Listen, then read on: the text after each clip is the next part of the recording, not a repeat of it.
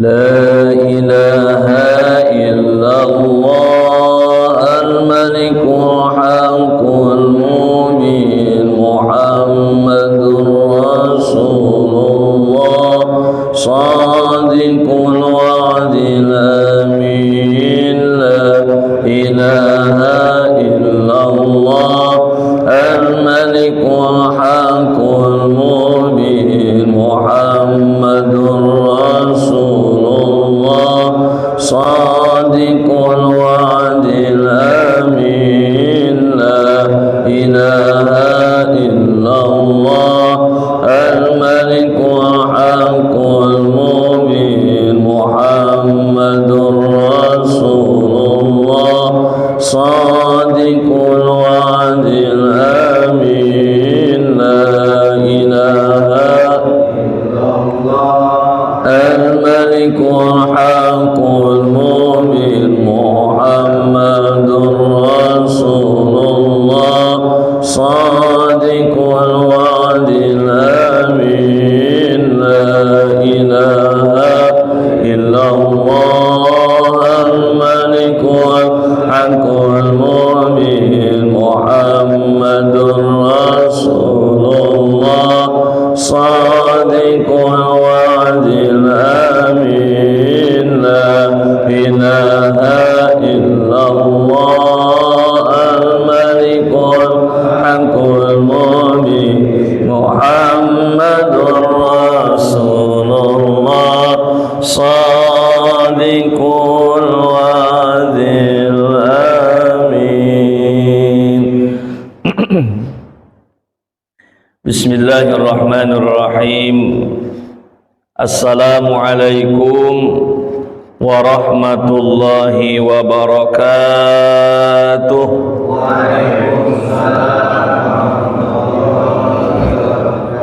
Alhamdulillahi rabbil alamin. Alhamdulillahilladzi arsala rasulahu rahmatan lil alamin.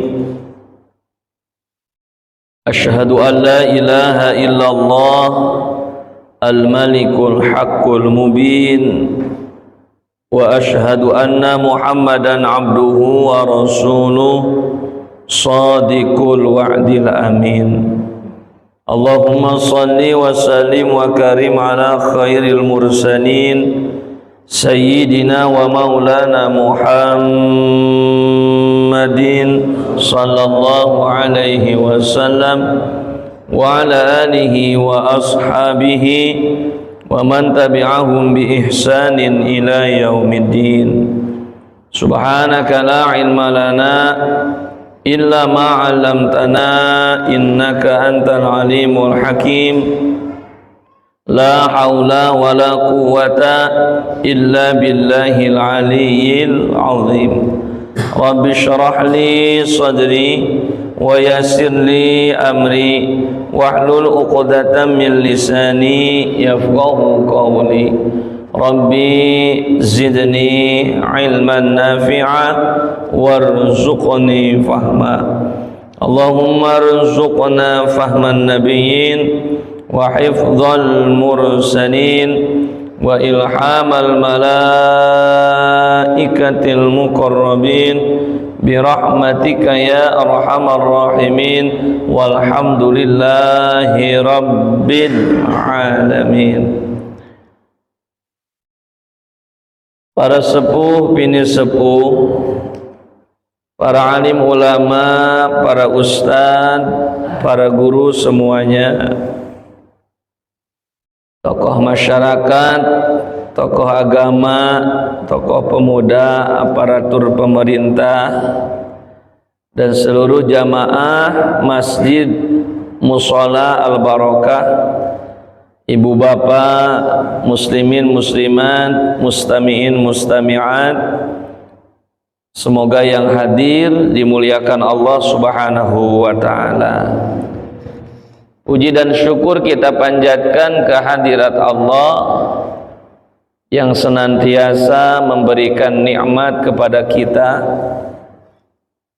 Sungguh banyak nikmat yang Allah berikan kepada kita, Salah satunya nikmat yang paling utama adalah nikmat iman dan Islam, yang Allah sempurnakan dengan nikmat sehat, nikmat panjang umur, termasuk nikmat luangnya waktu, sehingga kita bisa berkumpul di kesempatan malam ini, di tempat ini, dalam agenda kita ibadah kepada Allah dengan satu niatan mencari ilmu. Mudah-mudahan yang hadir semuanya Allah berikan ilmu yang bermanfaat, karena sejatinya ilmu yang bermanfaat itu salah satu ilmu, salah satu amaliyah, salah satu amalan yang dilakukan oleh keturunan Adam yang pahalanya bakal ngalir sampai hari kiamat, yang pahalanya bakal terus mengalir sampai yaumul akhirat, yaitu ilmu yang bermanfaat. Sholawat beriring salam selamanya tercurah limpahkan kepada Rasul sang panutan. Beliau adalah kekasih kita semuanya, Rasul yang sangat mulia, Nabi yang sangat luar biasa akhlaknya, ilmunya, kasih sayangnya. Beliau adalah Nabi kita semua, Rasulullah Muhammad sallallahu alaihi wasallam. Mudah-mudahan kita termasuk umatnya yang mendapatkan syafaat dunia sampai akhirat kelak. Amin ya rabbal alamin.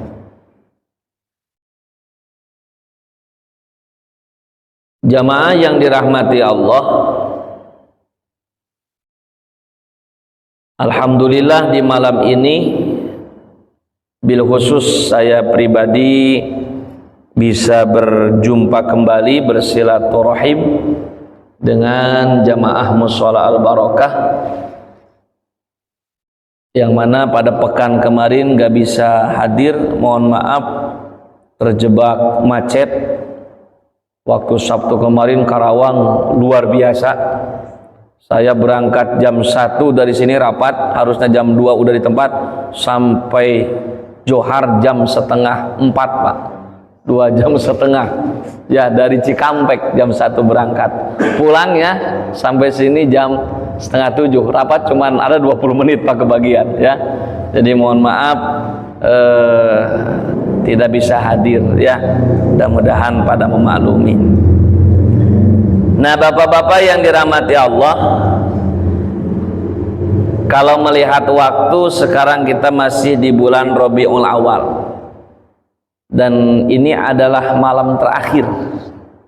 Malam ini malam terakhir Rabiul Awal, karena besok sudah tanggal 30. Sudah tanggal 30 berarti sudah malam besok berarti sudah ganti hari. Ya. Mengapa saya menyampaikan ini? Dalam artian kita masih tetap berbicara tentang kemuliaan Rasul Muhammad sallallahu alaihi wasallam. Ternyata berbicara tentang baginda Nabi memang gak akan ada habisnya Pak. Baik dari kisah beliau diciptakan sampai dengan kisah kehidupan beliau, bahkan sampai dengan kisah nanti ketika beliau dibangkitkan. Jadi ada sebuah kitab, mungkin sama kita sering dipegang atau mungkin sering dibaca, namanya kitab Al-Barjanji. Pernah dengar Pak? Suka dibaca nggak di sini? Jarang ya? Jarang, gak apa-apa kalau jarang. Ada kitab Al-Barjanji. Barjanji ini diambil dari sebuah kampung di kota Mesir, namanya Barjanzah. Jadi kalau diisbatkan ke sebuah nama, maka kalimatnya diakhiri dengan i. Pengarangnya disebut dengan Abu Ja'far Al-Barjanji. Barjanji itu diambil dari kata tempat, yaitu Barjanzah. Jadi pengarang kitab Al-Barjanji ini adalah Abu Ja'far Al-Barjanjah. Ya, disebut dengan Abu Ja'far Al-Barjanji. Seperti kita punya ulama Syekh Nawawi Al-Bantani. Padahal Bantani itu salah satu nama tempat di Tangerang, namanya Banten. Ya, karena diisbatkan ke nama jadi Al-Bantani. Saya juga kalau mau pakai kalimat kampung mah Irsan Gunawan Al-Garuti, Pak. Itu ya, kalau mau diisbatkan ke nama. Itu ya. Pak Solahuddin juga bisa, Pak Haji Solahuddin Al-Cikampeki. Nah, gitu ya. Karena diisbatkan ke nama, gitu ya. Al-Bandungi, termasuk dulu ada ulama yang pernah tinggal di Mekah dari Sumatera, itu siapa?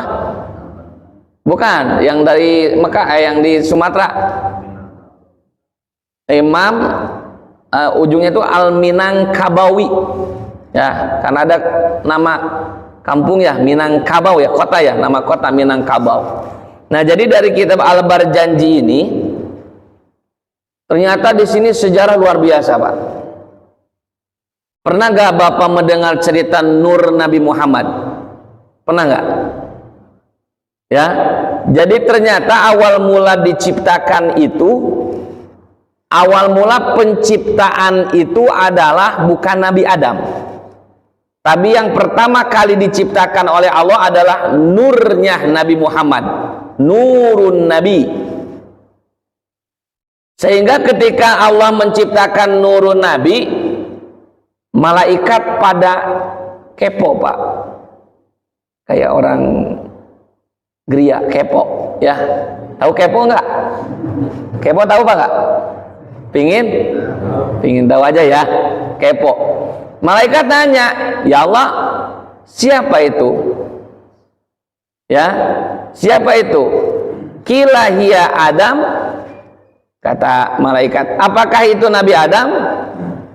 Allah menjawab, qala Adamu bihi uniluhu alal maratib. Kata Allah, apa artinya? Justru Adam ini diambil dari cahaya ini, tapi dalam penyusunannya Adam disimpan di urutan pertama. Uniluhu alal maratib, urutannya disimpan di paling pertama. Makanya sejarah mencatat sampai sekarang Nabi pertama itu siapa, Pak? Nabi Adam. Ya, tapi dalam penciptaannya itu yang diciptakan pertama sebelum apapun ya adalah nurnya Nabi Muhammad sallallahu alaihi wasallam qabla an yatakhallaqa Adam, sebelum menciptakan Adam. Nanya ya, terus malaikat tanya ada lagi, wakilah hiya Nuh. Apakah ini Nabi Nuh? Maka Allah menjawab, bukan. Justru Nuh perahunya tidak tenggelam, justru Nuh dengan istri dan pengikutnya selamat karena dalam diri Nabi Nuh ada nurnya Nabi Muhammad sallallahu alaihi wasallam. Ya, itu Pak. Jadi terselamatkannya Nabi Nuh karena nurnya Nabi Muhammad sallallahu alaihi wasallam. Tetapi ada sebuah catatan di kisah Nabi Nuh. Kalau kita ingin terhindar dari banjir, kan yang terkenal dari sejarah Nabi Nuh apa, Pak? Banjir kan? Banjir yang sangat dahsyat, bahkan paling besar dalam kisahnya. Karena mengapa? Karena banjirnya sampai hampir menutupi gunung yang disebut dengan Gunung Zuhdi. Ada dalam Quran. Ya. Nah, kalau ingin terbebas dari banjir, ada pesan dari Nabimu, idza da'atsul miskina ajaba. Ya, kalau ingin terbebas dari banjir, kalau diundang oleh orang miskin harus paling duluan cepat datang. Pak, harus paling duluan datang, harus datang lah intinya mah. Ya, kadang kita mah beda. Kalau diundang sama orang miskin pada gak datang. Kalau diundang oleh orang kaya datangnya duluan.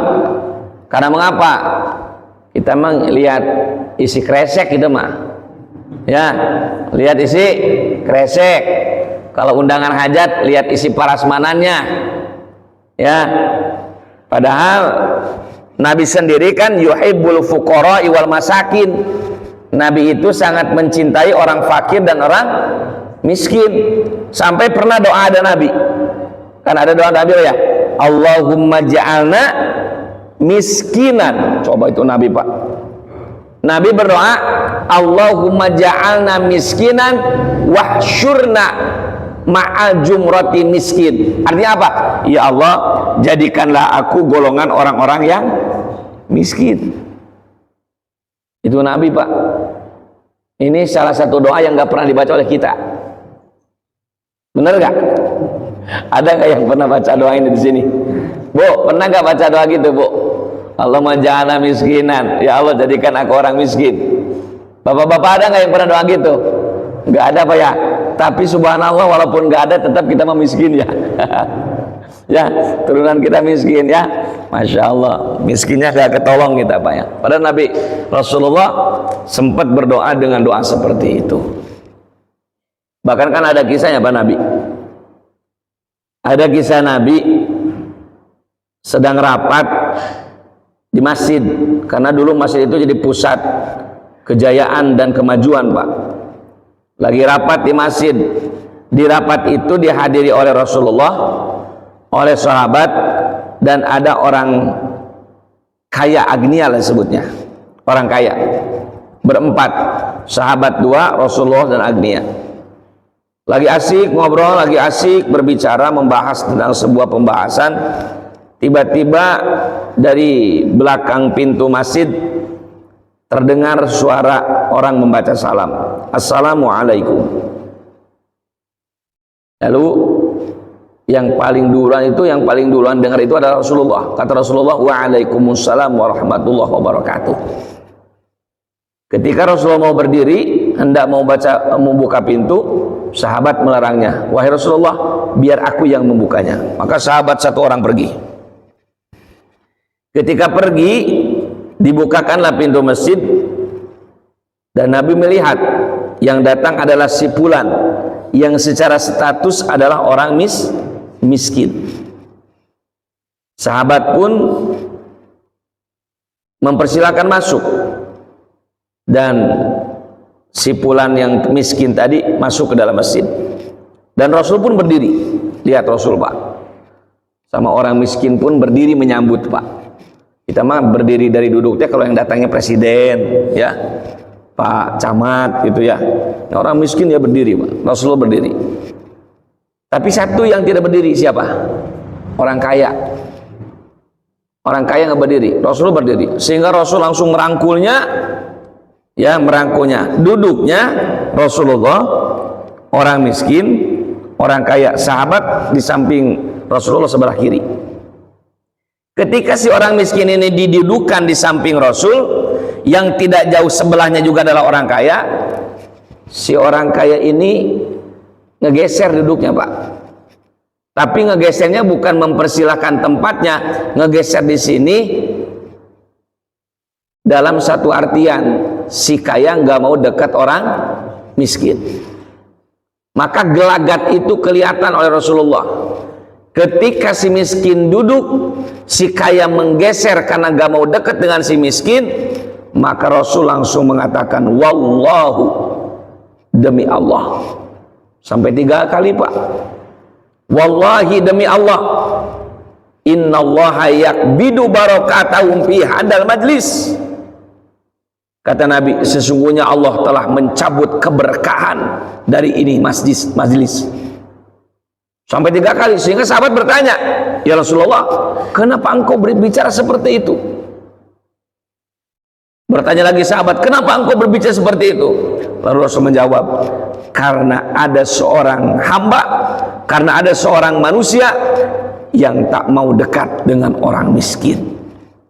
Akhirnya si kaya langsung merah mukanya dan meminta maaf kepada Rasulullah Shallallahu Alaihi Wasallam. Makanya dalam kitab Al-Barjanji setelah membahas yuhibbul fuqara wal masakin, bahwa Rasul itu sangat cinta kepada orang fakir dan miskin, ada tambahnya wa yajlisa ma'ahum, dan Rasul sering duduk bersama mereka. Jadi Nabi sering duduk beserta orang-orang miskin. Ya. Nah, jadi itu kisah Nabi. Makanya akhlak Nabi luar biasa, Pak ya. Kalau kita mau niru, kayaknya bakal ada yang ketiru, tapi nggak akan semuanya. Ya, karena Rasulullah syadidal haya wa tawaddu. Rasulullah mah pemalu, Pak. Rasul mah pemalu. Kalau kita malu-maluin gitu ya. Kalau kita mau malu-maluin, Rasul mah pemalu. Kalau senyum nggak pernah kelihatan giginya, apalagi suaranya. Kalau kita mah belum dikatakan ketawa kalau nggak bersuara, ya. Kalau berjalan Rasul mah nunduk, ya, nunduk Rasul kalau berjalan.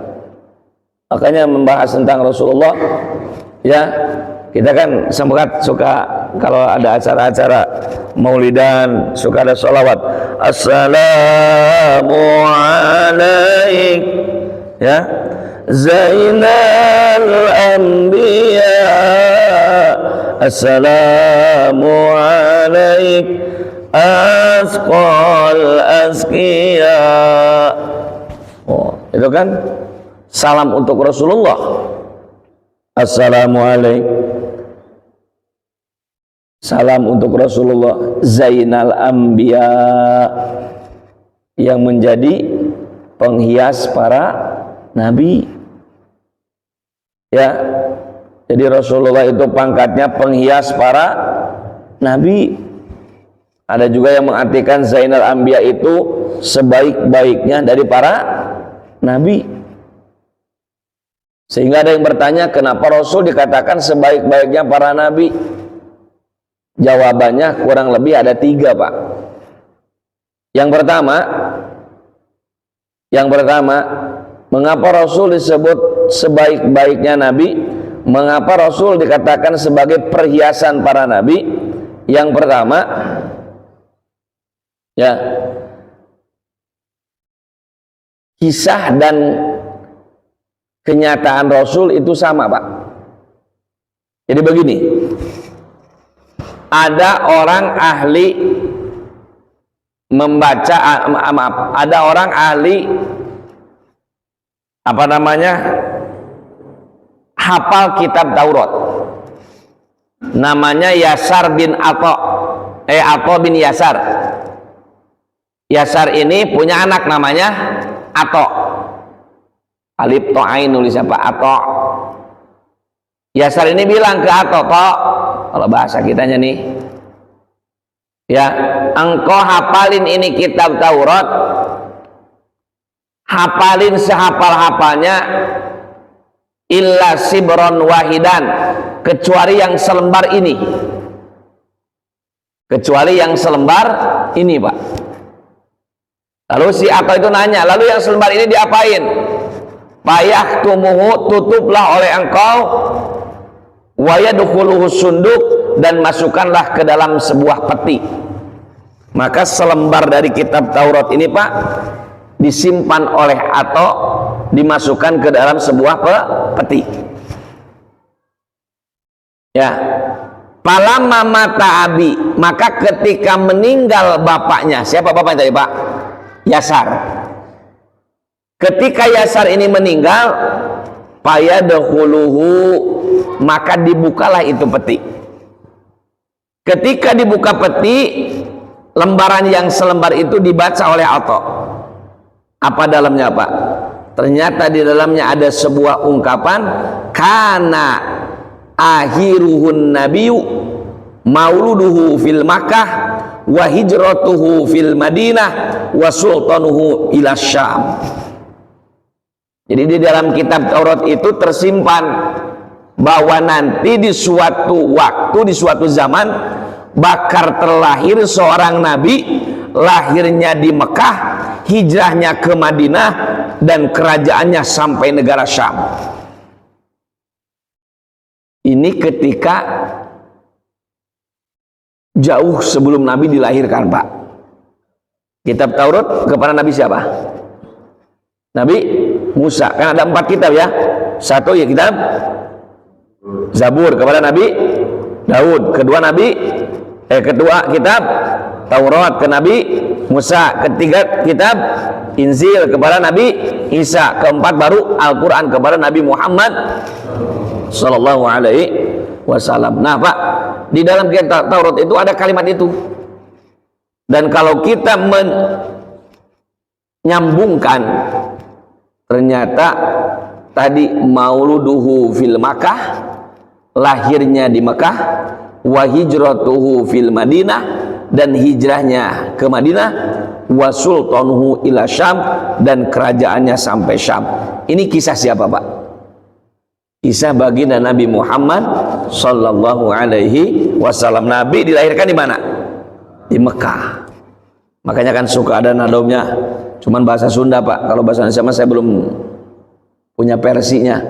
Nabi urang sadayana, Kangjeng Nabi anu mulia, Muhammad jenenganana, Arab Quraisy bangsana.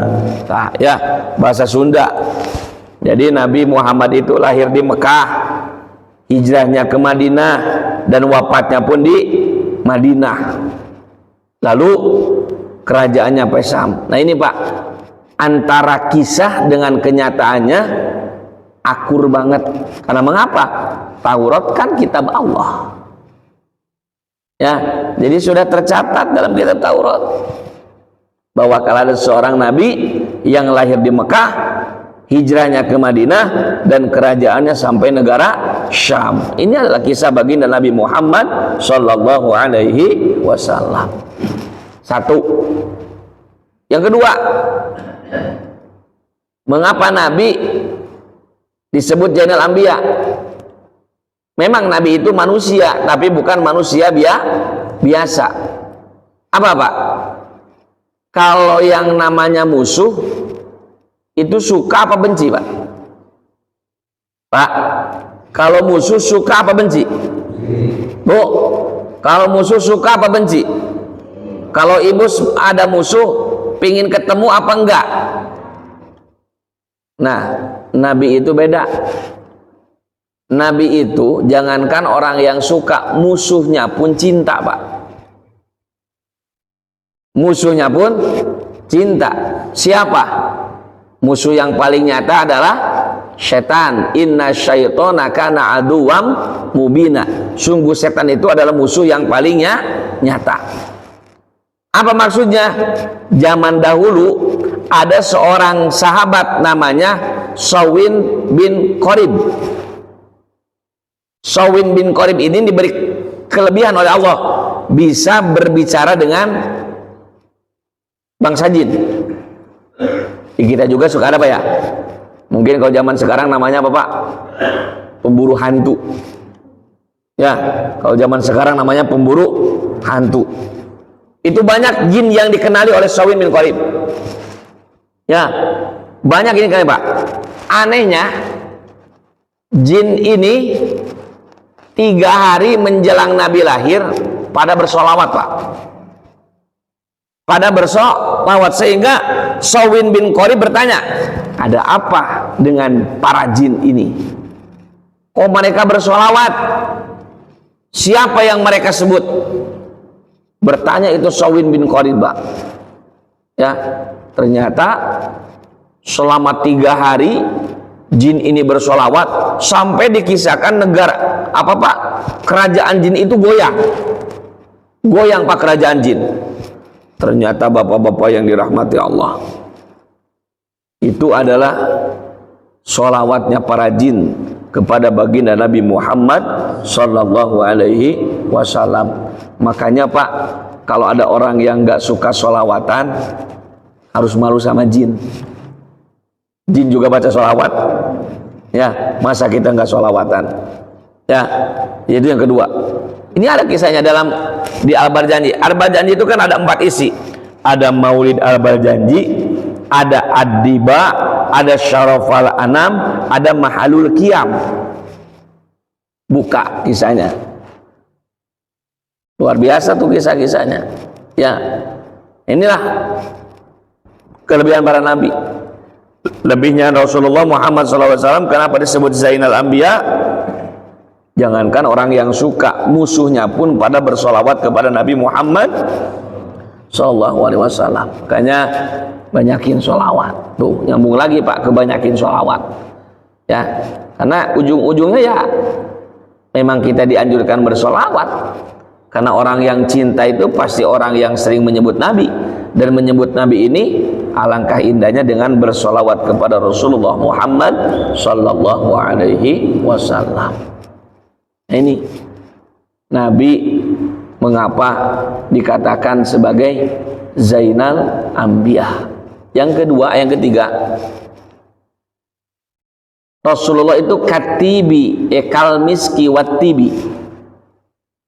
Rasulullah itu wangi seperti minyak kasturi.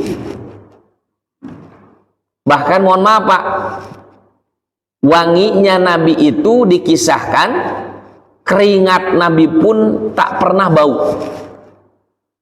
Keringat Nabi itu wangi seperti minyak kasturi. Makanya tidak jarang Siti Aisyah ataupun Siti Khadijah ketika Rasul pulang perang, ketika Rasul dari luar bepergian, maka ketika sampai ke rumah keringatnya dilapin sama istrinya. Kita enggak Pak? Pak, Bapak pulang kantor dilapin nggak keringatnya? Bu, dilapin nggak Bu? Enggak ya. Nah, tapi maaf Siti Aisyah mah nggak cuma dilapin. Keringatnya itu habis dilap, diisep Pak, saking wanginya. Kalau ibu diisep, insya Allah gak bangun-bangun 3 hari. Ya, pingsan.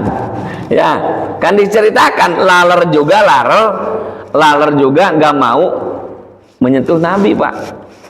Karena maaf, kalau laler kan yang dicari tempat apa Pak? Tempat bau. Nabi nggak pernah dihinggapin laler Pak. Kalau kita mah laler sering ya, apalagi pulang kerja, laler semua itu Pak. Ya, itulah apa namanya, sampai dilapin, diisap gitu Pak. Ya, keringat Nabi saking wanginya, ya, saking wanginya. Maka inilah bukti baginda Nabi Muhammad SAW,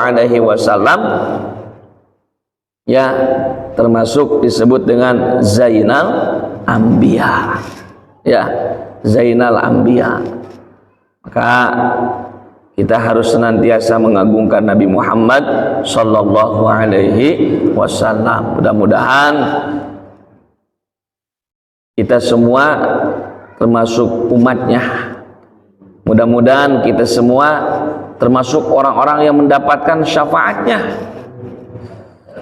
Walaupun kita nggak tahu dari arah mana akan mendapatkan syafaat. Karena nanti yang ingin dapat syafaat bukan jamaah al-barokah saja Pak. Yang ingin syafaat Nabi bukan orang Gria saja, bukan orang Cikampek saja. Yang ingin dapat syafaat kullun nasi, setiap manusia, min ummati Nabi Muhammad, dari orang yang mengaku umat Nabi Muhammad. Yang mengaku umat Nabi Muhammad sedikit apa banyak Pak? Yang ngaku aja, yang ngaku ini. Kita belum diakui baru ngaku Pak. Yang ngaku dia jadi umat Nabi Muhammad sedikit apa banyak?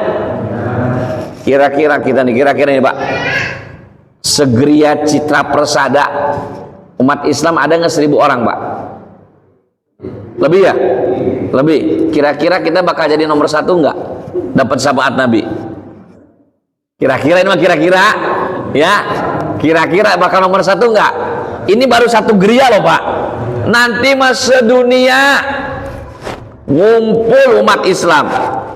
Makanya bangga banget orang yang duluan dapat syafaat Nabi Muhammad sallallahu alaihi. Kan nanti Nabi itu bolak-balik ke neraka itu sampai berkali-kali Pak. Yang pertama dicari yang ada iman di hatinya semisil biji nangka dulu Pak. Semisil biji nangka. Nanti dicari lagi sampai biji salak, dicari lagi sampai biji jeruk, dicari lagi paling kecil sampai biji sawi itu Pak. Udah nggak ada yang paling kecil dari biji sawi, nggak ada lagi. Ya, dicari sama Nabi itu untuk menolong umat. Karena kan manusia nanti bakal ada 3 golongan. Ada yang masuk surga tanpa hisaban, dia akan di surga selamanya. Ada yang di neraka selamanya, tak akan pernah masuk surga.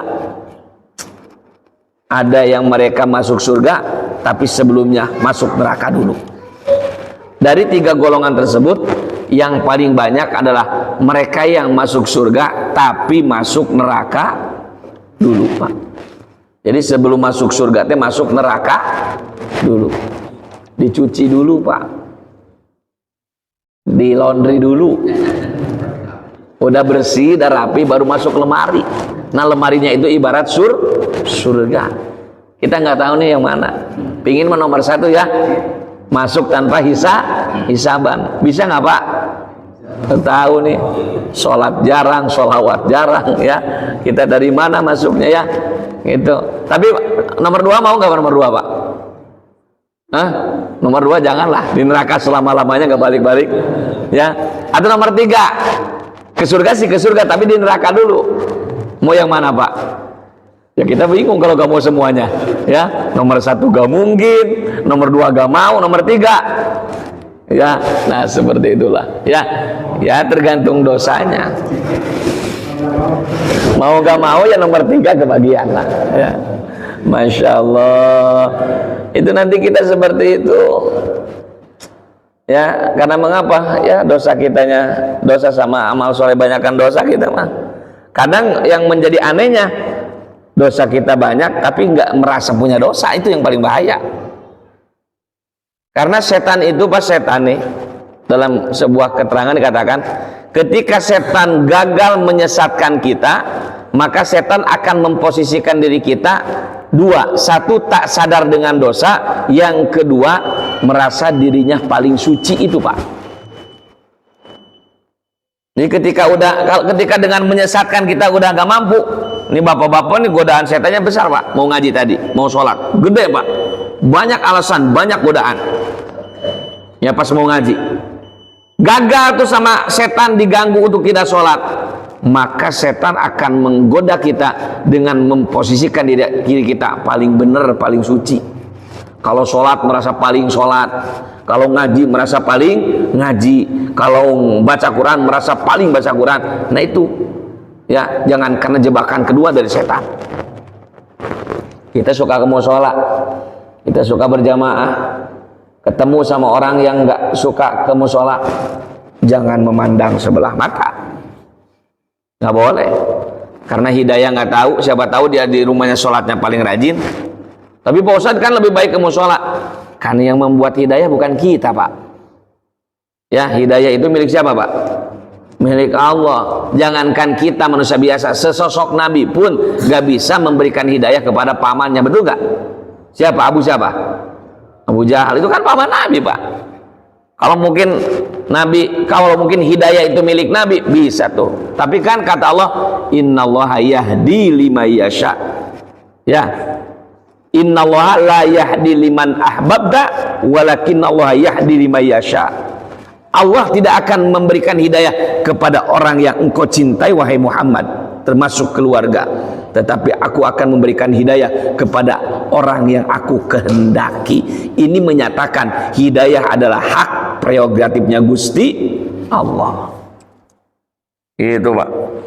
Kalau hidayah punya ustadz, kayaknya masjid bakal rame Pak. Di Sumur Bandung rame, sini rame, Pak ya. Kalau milik Ustad, bukan milik Ustad. Ustad cuma mendoakan aja. Kita kewajibannya dua, Pak. Satu mengajak, dua mendoakan. Itu kewajiban kita. Maksa nggak boleh juga. Ya, la ikroha fiddin, tidak ada keterpaksaan. Ya, nah seperti itu bapak-bapak yang dirahmati Allah Subhanahu Wa Taala ya. Jadi mohon maaf, terus dibahas tentang kisah Nabi biar tambah cinta sama Nabi. Ya, kalau urusan Nabi cinta sama kita, maka kata saya juga jangan pernah dibahas itu, Bapak. Gak usah diraguin. Ya, gak usah diraguin. Mau meninggal Nabi yang ditanyain bukan anak istri, bukan cucu menantu, bukan. Siapa yang ditanyain, Pak? Umatnya.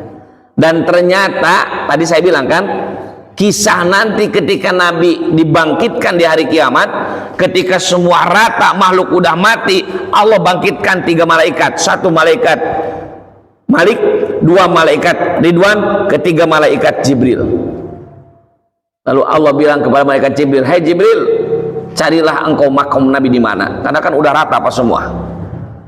Malaikat Ridwan, kamu siapkan surga untuk orang yang iman dan takwa, untuk orang yang amal soleh dan mereka yang bertaubat. Malaikat Malik, siapkan neraka bagi mereka yang pendosa yang gak mau taubat, bagi mereka yang kafir yang tak mengakui akan keimanan kepada Allah dan Rasulnya. Dicari itu, Pak. Singkat cerita, ketika Jibril menemukan makam Nabi, maka dengan izin Allah Nabi pun dibangkitkan, Pak. Dan ternyata subhanallah tabarakallah, inilah Nabi. Ketika dibangkitkan, pertanyaan Nabi cuma 2. Pertama apa? Min ayu yaumin hada, hei malaikat, hari apa ini? Maka malaikat menjawab, hada yauma, ini adalah hari di mana seluruh amal akan dipertanggungjawabkan. Maka Nabi menjawab, ini ke hari kiamat? Naam ya Rasulullah, kata malaikat Jibril. Yang kedua, setelah menanyakan tentang kiamat, maka Nabi mengatakan, aina min ummati, di mana umat-umatku? Oh, Pak, kembali yang ditanyakan siapa? Umatnya. Aina, di mana? Ditanyain di mana, Pak? Kalau nanyain di mana, berarti Nabi mau nyari umatnya. Makanya urusan kepada Rasulullah, cinta kita jangan pernah tidak. Jangankan tidak, jangan pernah berkurang, Pak. Terus cinta kepada Nabi, jangan sampai cinta Nabi bertepuk sebelah tangan. Cinta yang paling gak enak adalah cinta ketika bertepuk sebelah tangan. Kita cinta, dia enggak, atau sebaliknya, dia cinta, kita enggak. Maka ketika Nabi udah cinta sama kita, yuk kita balas cintanya Nabi dengan cinta kita kepada baginda Nabi Muhammad sallallahu alaihi wasallam. Banyakin sholawat, banyakin amalan sunnah ya. Insyaallah mudah-mudahan nambah keberkahan untuk semuanya. Itu saja yang disampaikan, mudah-mudahan bermanfaat. Ya, kurang dan lebihnya mohon maaf. Akhirul kalam. Assalamualaikum warahmatullahi wabarakatuh.